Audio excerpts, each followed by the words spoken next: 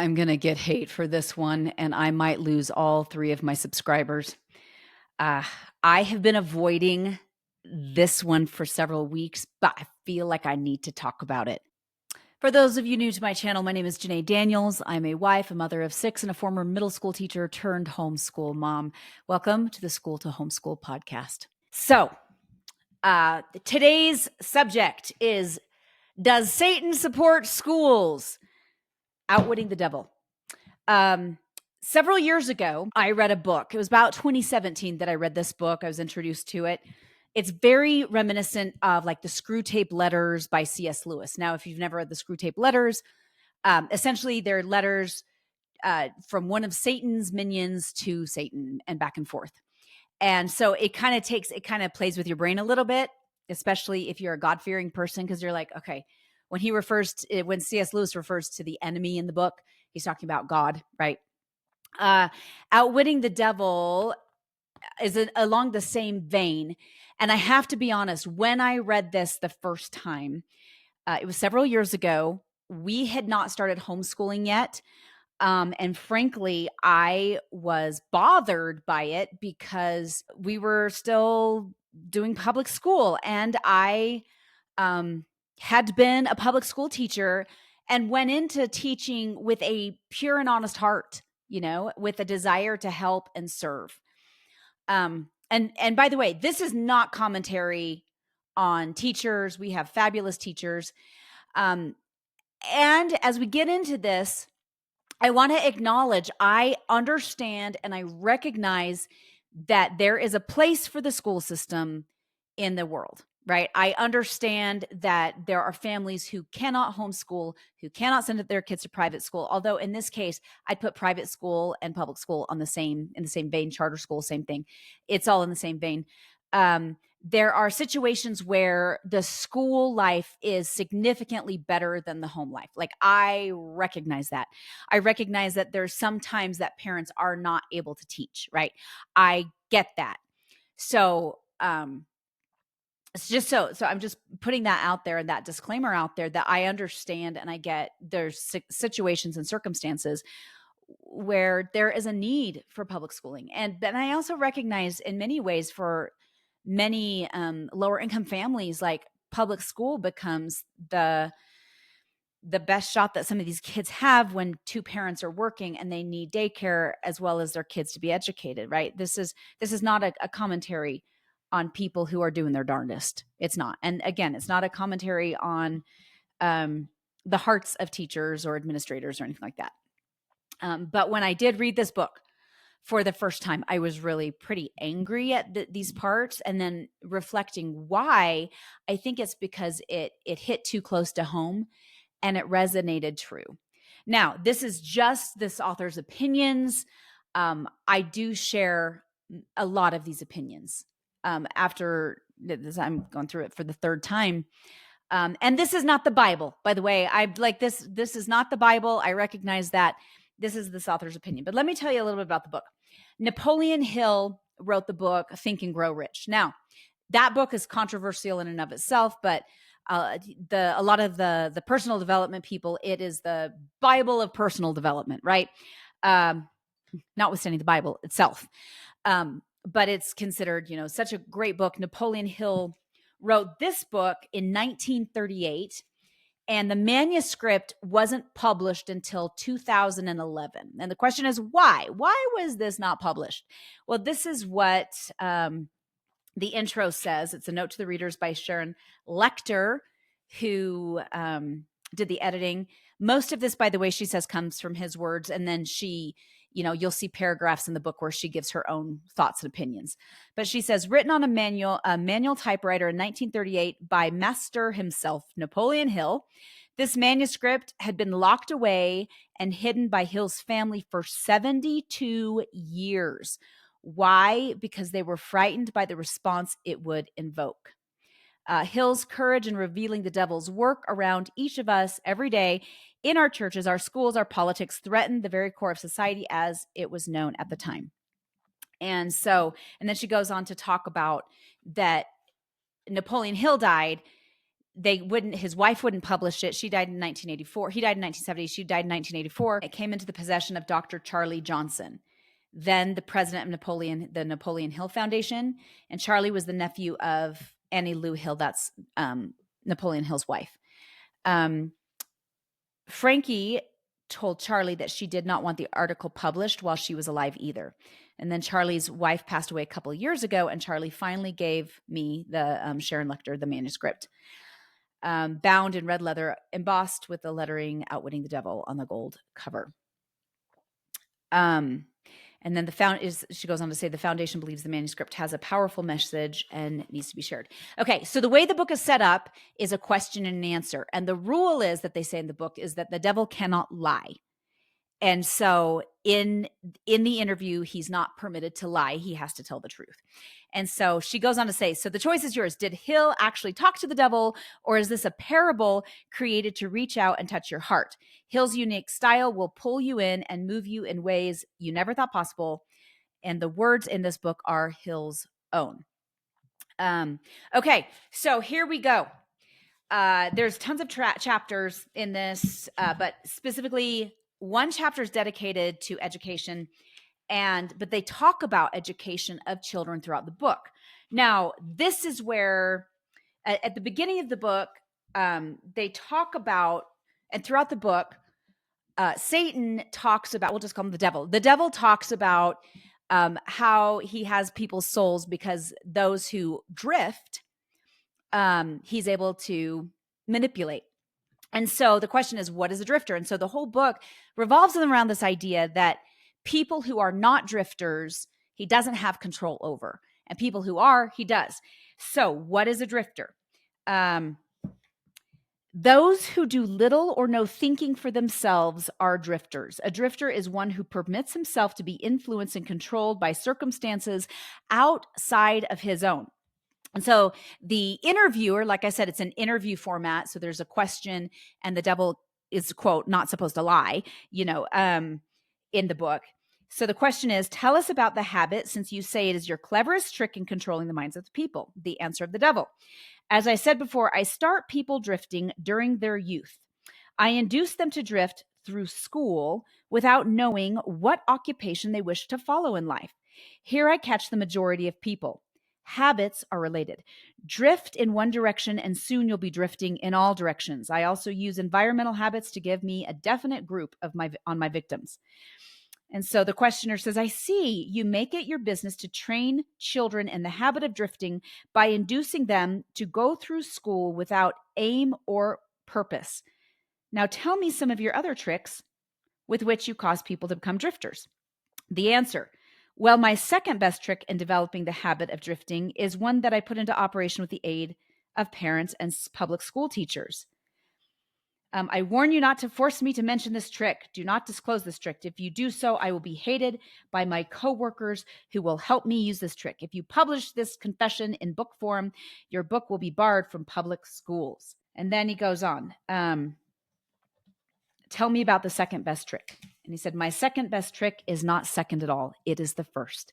It is the first because without it, I never could gain control of the minds of youth, parents, school teachers, and many other adults unknowingly serving my purpose by helping me to destroy in children the habit of thinking for themselves.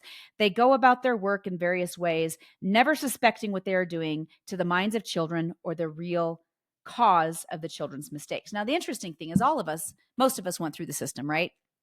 And so we don't think about the nefarious nature of our system. Most people don't know how it was set up in the 1850s. They don't know that compulsory education has not always been around in the United States. We just assume that, this is the best method. As a matter of fact, I remember touting school is cool. Everyone should go to school. Stay in school, kids. And yet my perspective has grossly shifted. Now, again, I understand that not everyone has the opportunity to have a different choice in their family circumstances. I get that. I see that. But for most of us, we come to accept the system as a good thing. And the point that he's making is that we are not taught how to think in school. We are not taught to think for ourselves. I even look at how many college students I've spoken with who go to college and have no idea what they want to do in life, and they're just kind of aimlessly going from major to major. And these are college students of all different socioeconomic circumstances, but that there's this lost, like, we have a generation of lost kids that are like, I just don't know. I remember when I went to college, I went because that's the thing you do. Like, you went to college. I worked 3 jobs to be able to go. I started in the winter after I had graduated from high school. And then I got there and I was taking classes and I really enjoyed the learning piece, but I had no idea what I wanted to do. And honestly, I ended up choosing to go into theater because I auditioned for a play. I had always liked theater. I'd always done a lot of comedic acting. This is super embarrassing to say, but the only reason I ended up majoring in theater is because I didn't know what else to do. And I auditioned for a play and I made it and I got a really hefty scholarship for acting. And so I'm like, well, I guess I'll just major in theater and I like it. So why not? I had no idea what I was going to do with it. I had no idea, I spent high school kind of bouncing around. I honestly believe, looking back at my life, I would have been a fantastic unschooler because I'd get home from school and then I would spend hours and hours and hours researching subjects that I really, really would love. And this is pre-internet days. Like, I would check books out from the library and I was trying to learn the Lindy Hop from a book, by the way, which is really hard. And then when I was able to drive, I enrolled in community classes where I could late at night, like learning how to do the jitterbug, right? Because there was things that I so wanted to do, but I wasn't permitted to do because I had to take all these classes that I had to take. But the reality is I grew up thinking that I was stupid because I didn't necessarily, I wasn't bad at math, but I didn't like it. And the older I got, and I started to feel stupid, like I wasn't that smart of a kid, even though I got A's and B's. I was pretty unmotivated. Like, I did just enough to get an A or a B and then called it good. But looking back, I think about that ability to fight for my own thoughts, it was kind of crushed in the system.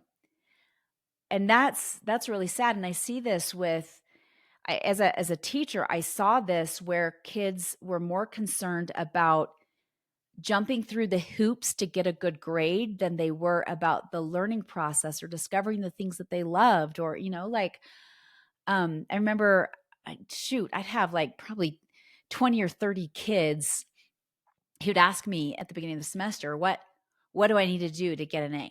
It wasn't like, oh, I'm here because I love it. A lot of them came because they love theater, right? I was a theater teacher, so it was a fun class. But even the ones that love theater were really concerned, like, what do I have to do to get an A? And so his argument is that we, within the system and the way the system is set up, it creates a system of the end product are a bunch of children who become drifters. Okay, so he says here, and this is where he talks about school teachers, and this is what hurt for me because I was a school teacher, and I did recognize as I was listening to that first time, 3 years prior to us ever considering homeschooling, or homeschooling at all. This is where the truth hurts, y'all. It hurts, and it hurt me when I was listening to it. I remember I was working in a storage unit, moving stuff as he brings this part up, and I was like, I don't like this book. But I finished listening to it. I think, and the reason was because it hit too close to home. He said, the questioner, I'm beginning to understand how you gain control of the minds of children through the help of their parents, but I do not see how the school teachers help you in this damnable work.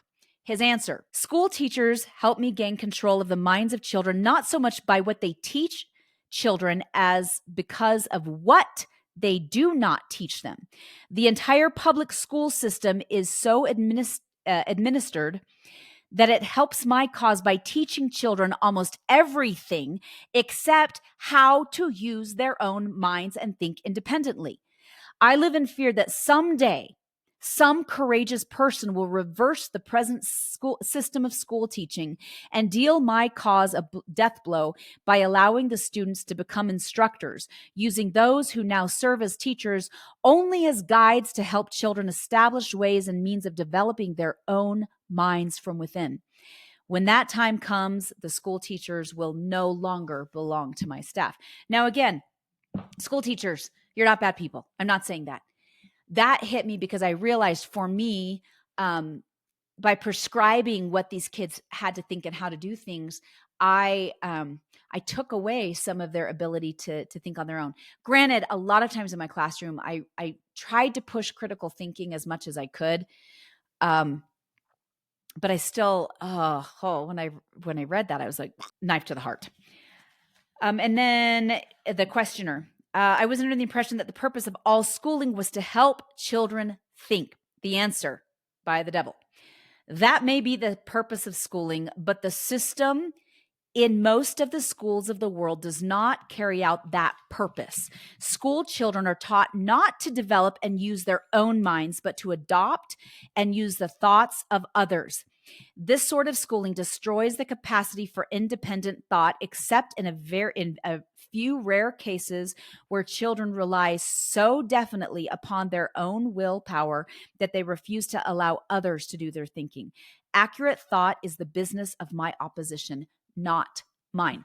Okay, so the interesting thing about that is that I've talked about this early on in the podcast. I've touched upon it now and then. The General Education Board was founded by John D. Rockefeller.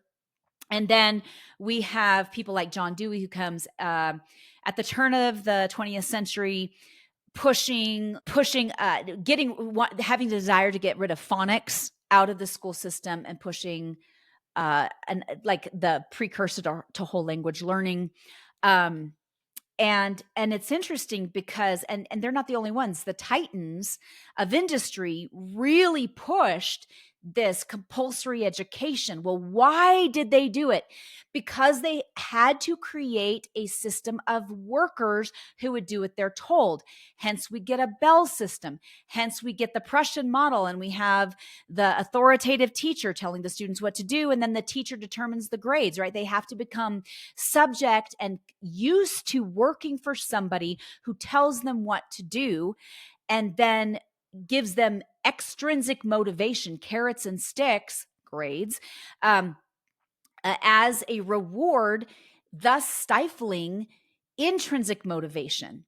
And I feel like the last few years, there's been this desire even now for employees to have more intrinsic motivation. I look at companies like Google, who are like, give 20% of the time for people to work on their own innovative ideas. And they do all these, try to do all these different motivating things so that they can awaken intrinsic motivation. I do know some Google employees, and they've told me some cool stuff that they've done, but at the same time, it's become a problem in the workforce. I know that because for 20 years, I was a hiring specialist and dealt with a lot of different businesses that are like, we're struggling with intrinsic motivation.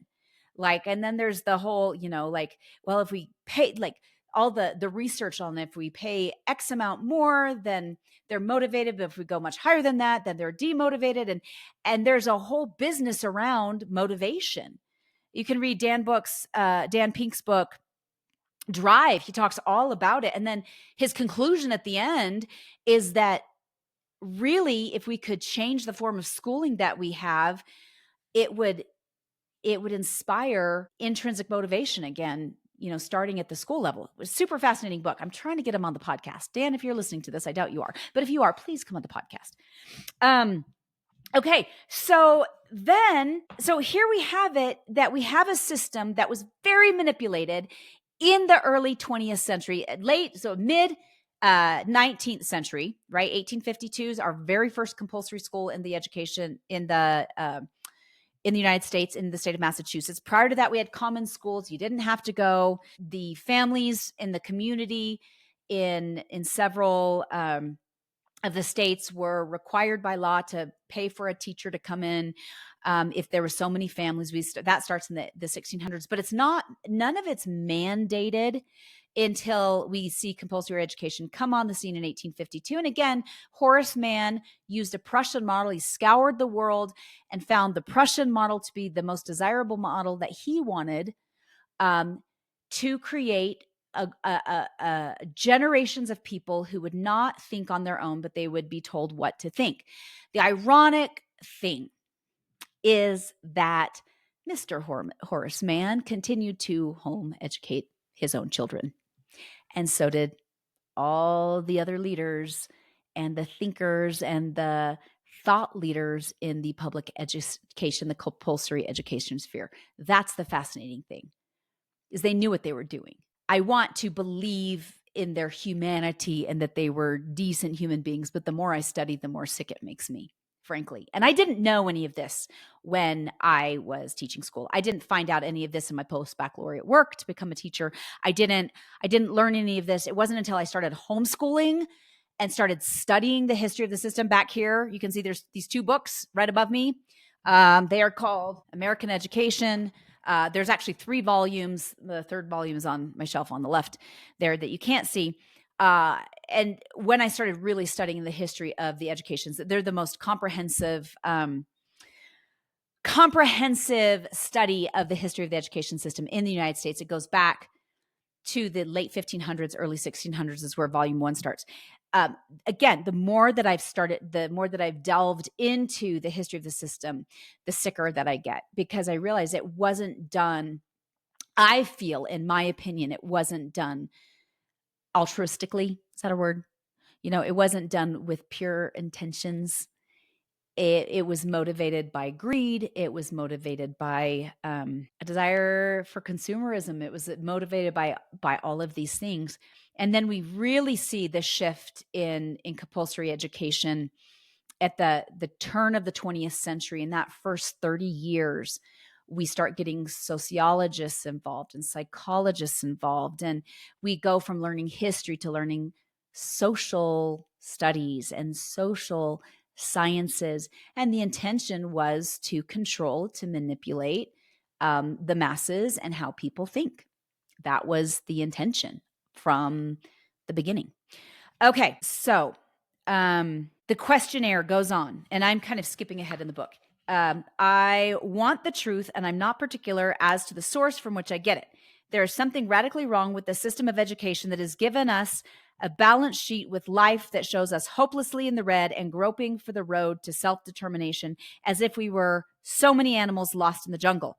I want to know 2 things about this system. First, what is the major weakness of the system? Second, how can this weakness be eliminated? And then the devil goes on to say, you leave me no choice but that of direct answer. To begin with, the public school system approaches the subject of education from the wrong angle. The system endeavors to teach children to memorize facts instead of teaching them how to use their own minds. The questioner goes on, is that all that's wrong with the system? The answer from the devil, no, that's only the beginning. Another major weakness of the school system is that it does not establish in the minds of children either the importance and definiteness of purpose or make any attempt to teach youths how to be definite about anything. Again, I think about all these college kids that I know. There's a few that are like, this is what I want to be. Most of them are like, I have no idea. They leave public school. They leave on their own with fear and confusion. And in my opinion, hopelessness in a lot of ways, like, I don't know what I'm doing with my life. And it's terrifying. I felt that way leaving college. I felt like, again, I went to school just because that's what you did and then I decided I was going to theater. And then, I was thinking to myself, I don't know what I'm going to do with this degree. I don't want to live in Los Angeles and do costume design there. I don't want to live in Chicago. I don't want to live in New York City. So where does that leave me? And what did I do? I went into hiring for 20 years and became very good at it. And at the same time, felt like I wasn't living to my full potential and didn't enjoy it. I liked the people I worked with. I liked all the different companies and the different small business owners that I worked with. But I, as a human being, felt like I wasn't fulfilling my own my own my own destiny, if it were, and I've had to correct that. As a 40 something year old, I had to correct that. Okay, so he goes on. The major object of all schooling is to force the students to cram their memories with facts instead of teaching them how to organize and make practical use of facts. This cramming system centers the attention of students on the accumulation of credits, but overlooks the important questions, the question of how to use knowledge in the practical affairs of life. This system turns out graduates whose names are inscribed upon parchment certificates, but whose minds are empty of self-determination. The school system got off to a bad start at the beginning. The schools began as institutions of, quote, higher learning, unquote, operated entirely for the select few whose wealth and family entitled them to education. Thus, the entire school system was evolved by beginning at the top and working back down to the bottom.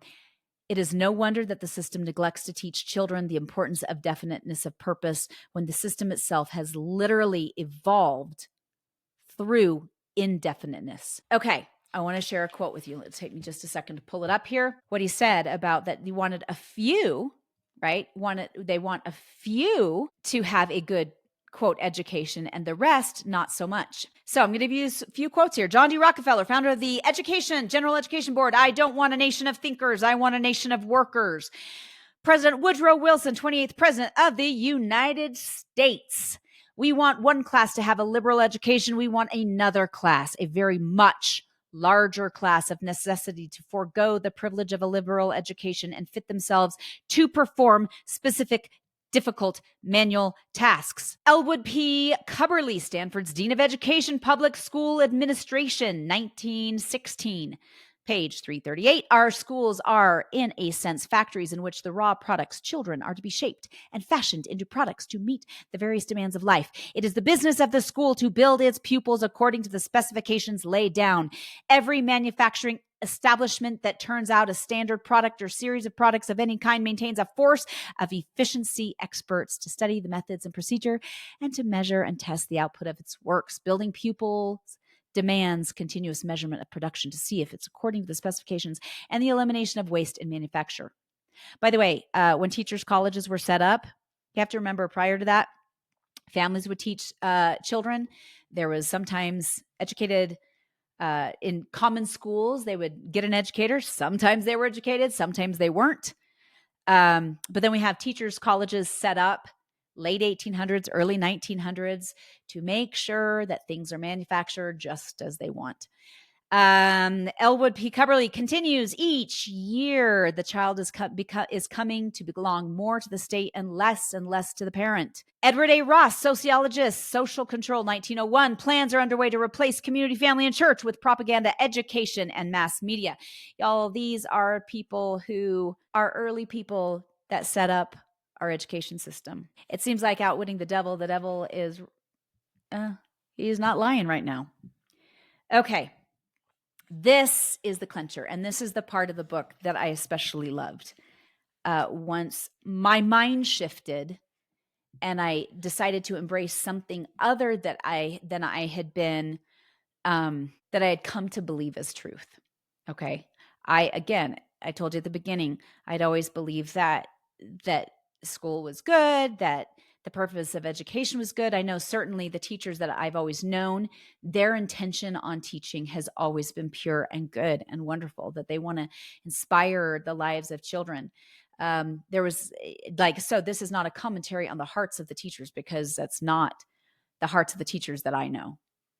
I interviewed Jay Williams last year, and he was a middle school history teacher, and ended up leaving when the methods that he taught were coming under scrutiny all the time because he wanted the kids to think. So he would do all sorts of different things, and he didn't believe in your standard paper test. And so he tried different things to help the children learn. And a lot of those teachers are driven out of the system, and then on top of it, right now we have all sorts of garbage going on in the schools where there's teachers and students that are physically in danger, right? Like I recently heard about a teacher who had like their eye poked by a hanger by a student who was totally undisciplined, and the teacher's hands are totally tied. So not only do we have no critical thinking going on,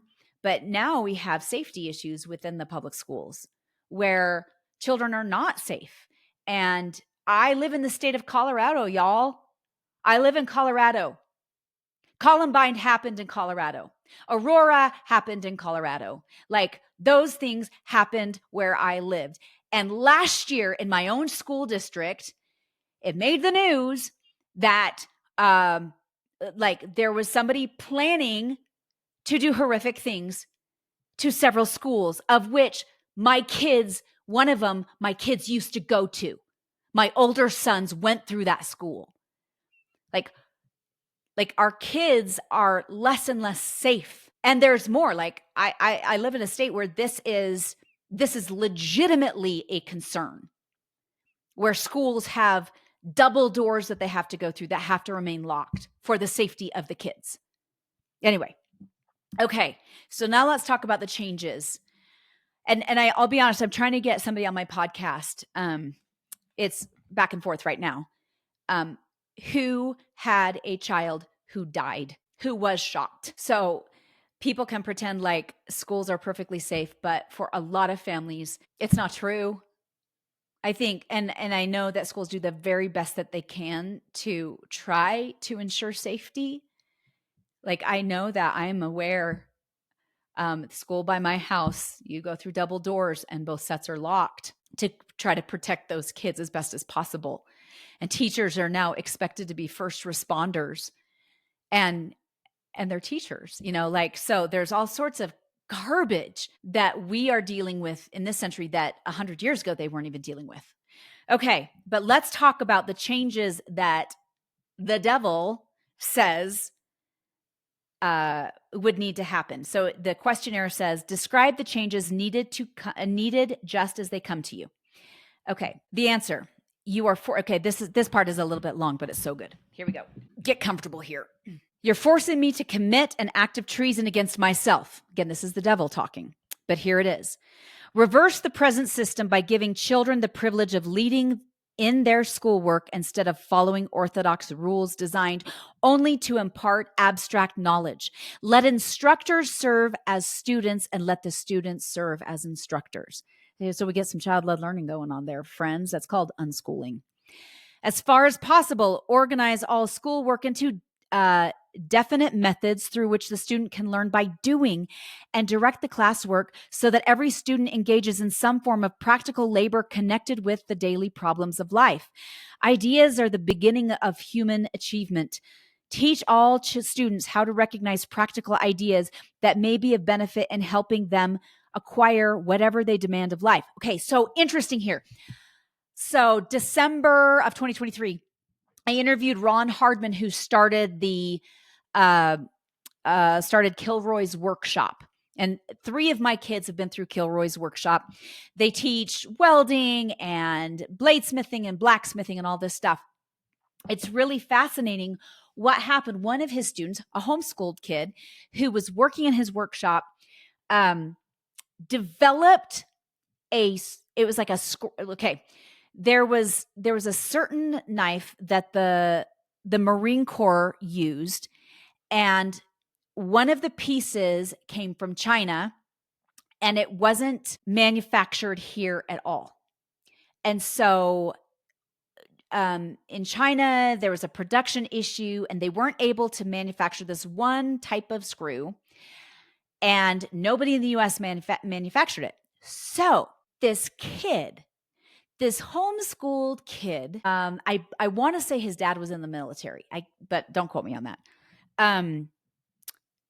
realized that he could make a better production of the knife and created a better knife that was able to be manufactured here, created the patent for it, and it may be, well, he may already have the patent on it, and they received a contract for thousands and thousands and thousands of them, and they are fulfilling that contract now. Craziest thing. So here this kid sees a real world problem.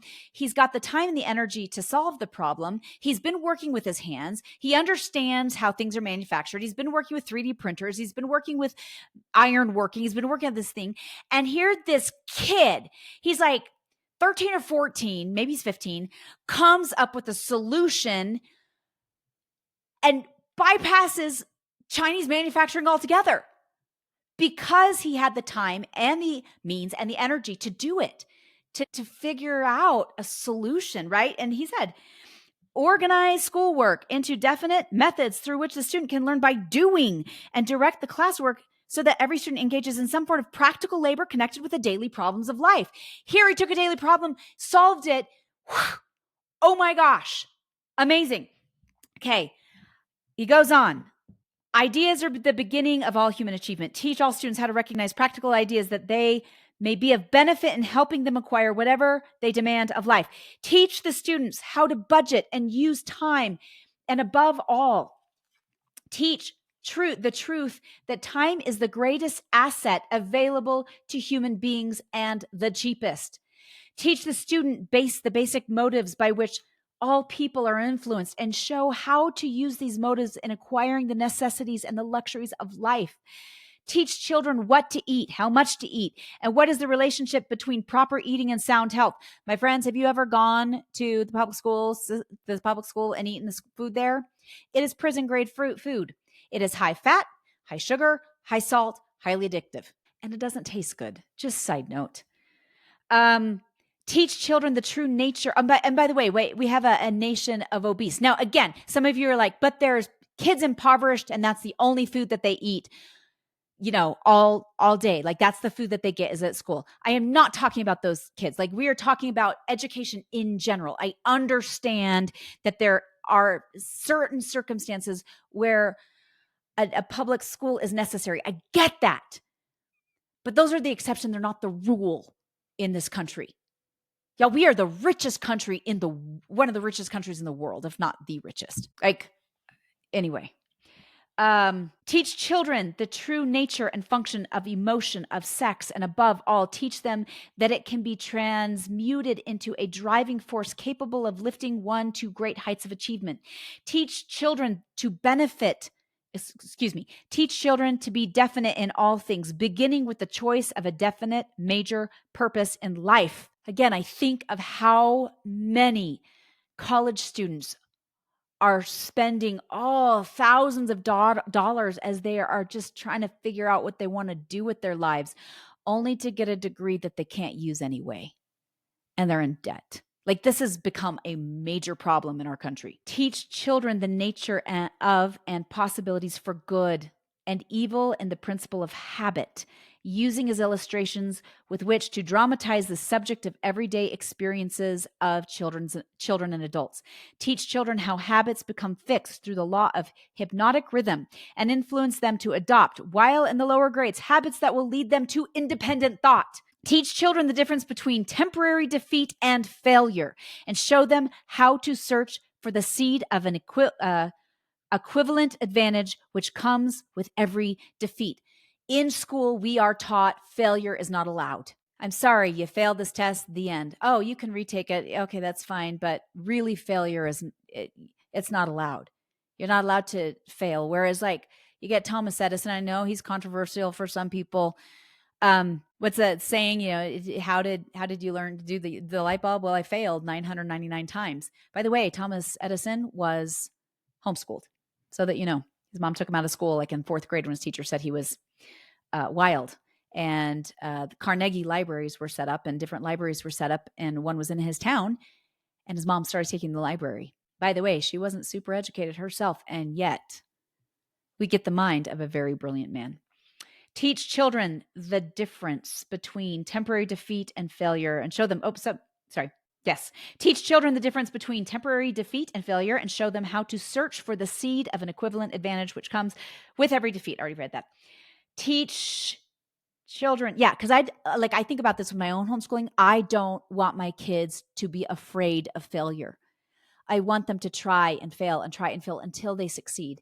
I told my kids we learn more from our failures than we do with our successes. I have one child, side note, who he is looking for a job right now. And he has 2 places of work that he could go back to and ask for his job back because they both said, we're not taking you off payroll. You are such a great worker that we'd keep you on. But he really wanted to work for this one place. And he got rejected this week. And my husband and I were like, yay! You usually succeed the first time you try something and you got rejected. Look, what are you learning? And he's like, I keep trying. I'm like, yes, yay.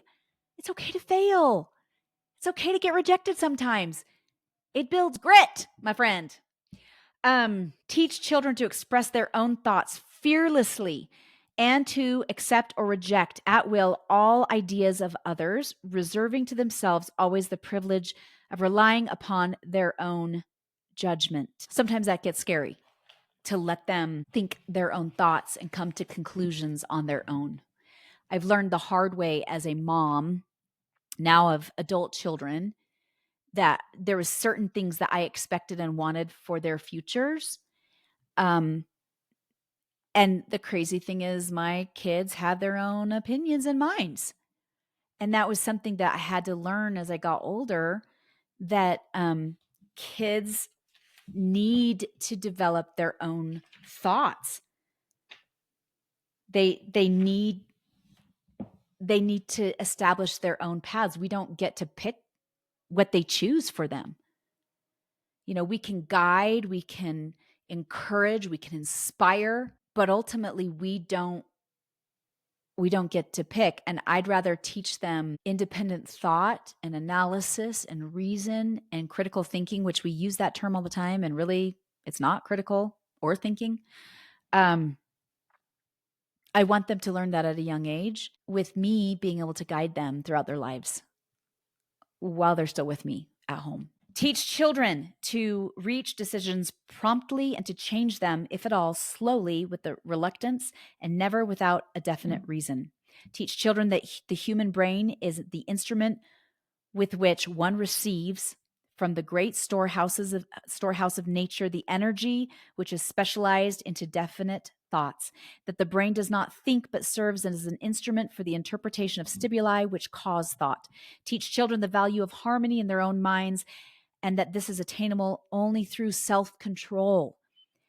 Teach children the nature and the value of self-control. Teach children that there is a law of increasing returns, which can be and should be put into operation as a matter of habit by rendering always more service and better service than is expected of them. Teach children the true nature of the golden rule, and above all, show them that through the operation of this principle, everything that they do to and for another, they also do to and for themselves. Teach children not to have opinions unless they are formed from facts or beliefs, which may reasonably be accepted as facts, which is so funny because I feel like in today's society, facts are often thrown out the window. Teach children that cigarettes, liquor, narcotics, and overindulgence in sex destroy the power of will and lead to the habit of drifting. Remember, that's being aimless. Do not forbid these evils, just explain them. I don't know how I feel about that one. Teach children. Yeah, my kids are not smoking. They're under my roof. They're not smoking or drinking. So I'm not just one of them. Teach children the danger of believing anything merely because their parents, religious instructors, or teachers, or someone else says it is so. Teach children to face facts. So back to that one, that we should be questioning. We should be questioning things and wrestling. I heard Dr. Jordan Peterson speak last year, and his topic was we who wrestle with God. And I thought, that's the truth. Like, I want my kids to wrestle with with questions that they have about religion, because that's when God answers us, is when we go before him and we wrestle with things, when we ask the questions and we ask the hard questions. For me, my faith was increased in Jesus when I wrestled with questions before God. That's when my faith increased. And I know that's true for my kids too, is we have to wrestle. Okay, teach children to face facts, whether they are pleasant or unpleasant, without resorting to subversive subterfuge or offering alibis. Okay, I totally butchered that word. Teach children to encourage the use of their sixth sense, through which ideas present themselves in their minds from unknown sources, and to examine all such ideas carefully. Teach children the full import of the law of compensation as it was interpreted by Ralph Waldo Emerson, and show them how the law works in the small, everyday affairs of life. I've been studying the law of compensation. Super fascinating if you haven't studied it. It's essentially similar to you reap what you sow. Teach children the definiteness of purpose backed by definite plans, persistently and continuously applied, is the most efficacious, form of prayer available to human beings. Teach children that the space they occupy in the world is measured definitely by the quality and quantity of useful service they render the world. Teach children there is no problem which does not have an appropriate solution, and that the solution often may be found in the circumstance creating the problem. Teach children that their own real limitations are those which they set up or permit others to establish in their own minds. Whew. Powerful. Teach them that man can achieve whatever man can conceive and believe. Teach children that all schoolhouses and all textbooks are elementary implements which may be helpful in the development of their minds, but that the only school of real value is the great university of life, wherein one has the privilege of learning from experience. Okay, my dad used to say, Janae, experience is the greatest teacher, but fools learn by no other method. You don't have to experience everything. Don't be a fool. Okay, teach children to be true to themselves and at all times. And since they cannot please everybody, therefore do a good job of pleasing themselves. And again, earlier he talked about not indulging, in destructive behaviors, right? And then the questionnaire says that is an imposing list, but it seems conspicuous by the fact that it ignores practically every subject now taught in the public schools. Was that intended? And the answer says yes. You asked for a list of suggested changes in the public school curricula, which would benefit children. Well, that's what you got. Most of the educators of today need to be shocked. A good sound shock often helps the brain that has been atrophied by habit. Okay, so there we have it. And she goes on, are there any other changes? He said, she goes on the questionnaire, are there any, Napoleon Hill was supposed to be the questioner. Are there any changes? And the answer from the devil, yes, many. Among other changes needed in all public school program is the addition of a complete course of training in the psychology of harmonious negotiation between people. All children should be taught how to sell their way through life with a minimum amount of friction. Every public school should teach the principles of individual achievement through which one may attain a position of financial independence. Classes should be abolished altogether. They should be replaced by the round table or conference system such as businessmen employ. All students should receive individual instruction and guidance in connection with subjects which cannot be properly taught in groups. Every school should have an auxiliary group of instructors consisting of business and professional people, scientists, artists, engineers, and newspapermen, each of whom would impart to all the students of practical working knowledge of his own profession, business, or occupation. This instruction should be conducted through the conference system to save time of the instructors. Okay, so this is the fascinating thing, and I want to share this part. I know I'm reading a lot of the book but I feel like this is such wise advice, albeit coming from Napoleon Hill's devil. But again, in the book, he wasn't allowed to lie. If he was asked a question, he could try to avoid the question, but he had to answer it. Okay, so then the annotator Sharon Lecter, who annotated this in 2011 when it was published, shares a really powerful story. And for those that argue that you as a homeschool parent or grandparent or auntie or, whatever you are to the child, are not qualified to teach the child because you are not licensed. Again, it's nefarious why licensing was you ever put in place in the first place. But she shares a really valuable story. And I was actually looking for it a few weeks ago, so I wanted to share it. So I found it. And this is what her story that she shares. Again, this is the annotator of Outwitting the Devil. She says, "This is another subject that strikes close to home. My husband recalls that during the early 1970s in New Jersey, one of the organizations that he was involved with assembled a group of scientists and businessmen to teach basic courses, for example, mathematics and physics, in their fields as volunteers in the public schools, only to be told that since the scientists and businessmen were not professional teachers, they were not welcome. More recently, the mission of bringing practical teaching into the schools has been popularized by several groups, Teach for America, America Saves, Junior Achievement, but is still often viewed as enhancement material and not part of the core curriculum." I think I shared this before on an earlier podcast, but I was talking to one of my son's friends, who's at university. And he's one that I was like, "How are you doing?" And he's one of the ones that I talked to that was like, "I have no idea what I want to do with my life. And I'm just in this major and I don't really love it. And I just don't know what to do." And I said, "Well, tell me what things you love," right? I was like, "Kiddo, what things do you love?" And he's like 19, 20. And he went to school a little bit later. Like he took a little bit of a sabbatical before he went to school. But he said, "Well, my favorite class is entrepreneurship." I said, well, tell me about that class and why you like it," which is interesting because his dad's an entrepreneur and I know his dad. And he said, "Well, it's kind of funny because the class is taught by a guy who's just volunteering, and he's a multimillionaire, and he started several very successful companies and then sold them and then started more and sold them, and he's worth millions, and he offered his services to teach. And but he got in trouble with the university. I mean, he's not a professor by any stretch. Like, he's an entrepreneur." And I said, "Well, what happened?" And he said, "Well, it's my favorite class because he tries to get us to do, like, to really put into practice entrepreneurship, much of which the devil said, right? Make it hands-on practical." And he said, "What the first day, the guy said to us, you're wasting your money going to school.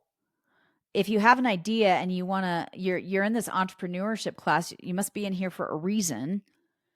If you have an idea, true entrepreneurs just go and do it, and you learn as you go. You're not going to learn it by sitting in here. I mean, you're going to learn some basic principles, but we as entrepreneurs learn by doing. We learn through our failures. That's how we learn what works and what doesn't work." And he said after he said that, he got in trouble with the administration, but he doesn't really care because they're not paying him anyway. So, and we all love going to his class and nobody misses.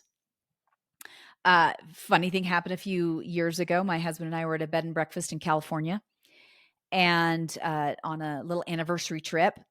And at this bed and breakfast, they had like a little mingle of the other, 4 or 5 couples that were staying at the bed and breakfast. And my husband runs a real estate business, and he's an entrepreneur. And he's been an entrepreneur his whole life. He's even as a teenager, did go to college at his parents' bidding, and then got out and became an entrepreneur. He actually worked for a company for a couple years, and then he left so he could start his own business. But while we were there at the little mingle that they had, the little happy hour that they had at the bed and breakfast, I met this gentleman. He was older, and he said, "Oh, my wife and I are here because I just retired, and this is, part of my retirement gift, for my wife and I." And I said, "Oh, what did you retire from?" And he said, "I was a marketing professor at such and such university." It's a big university. It's a famous university, a prestigious university. And he told me what university. I knew exactly what university it was. And I said, "Oh, that is phenomenal. Can I ask you some questions about marketing? My husband and I run our own business. What would you suggest about this and this and this with marketing?" And y'all, he looked at me in the eyes in my eyeballs. And he said, I have to be honest, and I can say this now that I'm retired. You and your husband know far more about marketing than I will ever know. For the past umpteen years, I've been teaching theory that I have never had to put into practice. But you who are entrepreneurs, you learn the hard way and you actually learn what works and what doesn't work. He said, I couldn't say that before just recently when I retired, but I can say it now. I can't tell you what would work in marketing, even though I was a marketing professor for umpteen years at a prestigious university, teaching kids about successful marketing. I actually have no idea. There we are. Well, the book, again, it's Outwitting the Devil by Napoleon Hill. Wasn't published until 2000, I believe 11 is when it was published, written in 1938. The principles that he shared are as true today as they were in 1938. Probably actually even more true now. And we need them more now. The great news for you, mamas and papas, grandmas and grandpas, is that you made the right choice to homeschool your kids. You get to teach them how to think. You get to teach them to expand their brains. You get to introduce them to things that they couldn't be introduced to in the school system, because it is set up to be a conveyor belt system, and everybody learns the same thing at the same time in the same years, and they move on. And education is so much more than what school provides. There is so much more to education than school. One last thought. As you know, I am an eclectic unschooler. I do use curriculums occasionally for things that I need. Like I used a curriculum to teach my daughter how to read, although she predominantly learned how to read with me reading to her. But we did work on phonics. That's one thing that some kids will pick it up. Other kids, it's going to be harder. But read to them. But I have my 12-year-old who has been trying out all different subjects. And he did Adobe, he did animation for a while, learned how to do Adobe Animate.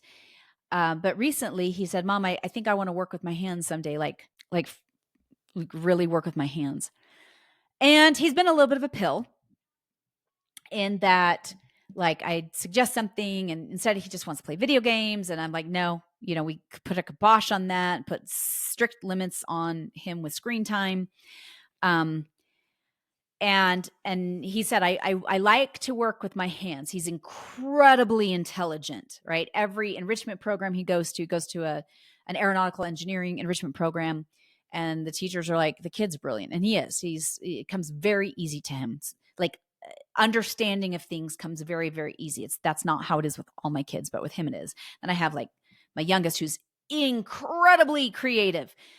But traditional school would have been very difficult for her, and she tends to take longer to learn something than the one just above her who's 12, who learns like super fast and super intelligent. But he said, I love to work with my hands. So I found a cabinet maker who takes apprentices, and his objective is to train boys to become hard workers and become men. And I talked to a couple people whose kids had done the cabinet making with him. They're like, it's really a cool thing, and he's a safe human being and all this stuff. And so my 12-year-old started with this cabinet maker, and I've been amazed just in the short amount of time that he's been working there. Like it's spurred his curiosity to try other things and to learn other things. And he's coming home very proud of his work, even if it is just, I learned to stain properly today, Mom. Today I asked to stay an extra hour so that I could learn to use the pneumatic stapler better. And he's doing real life work. Like these cabinets are being put into people's homes. They're custom cabinets. And he's like, I got to learn to put the glass in and measure it and all the things. And he challenges me on things. And, so the reality is we can provide, as homeschool parents, we can do things for our kids that the school system cannot. They are not set up or equipped to do what we are capable and allowed to do, such as doing an internship with a cabinet maker in the middle of the week. It's a blessing that you and I get to homeschool. It is a blessing. Y'all, let's outwit the devil. I'm proud of you. You're doing better than you think you are. Know that you are doing awesome. You got this. You got this. Oh, sorry. I'll correct myself. You got this, mamas and papas, grandmas and grandpas. We'll talk next week.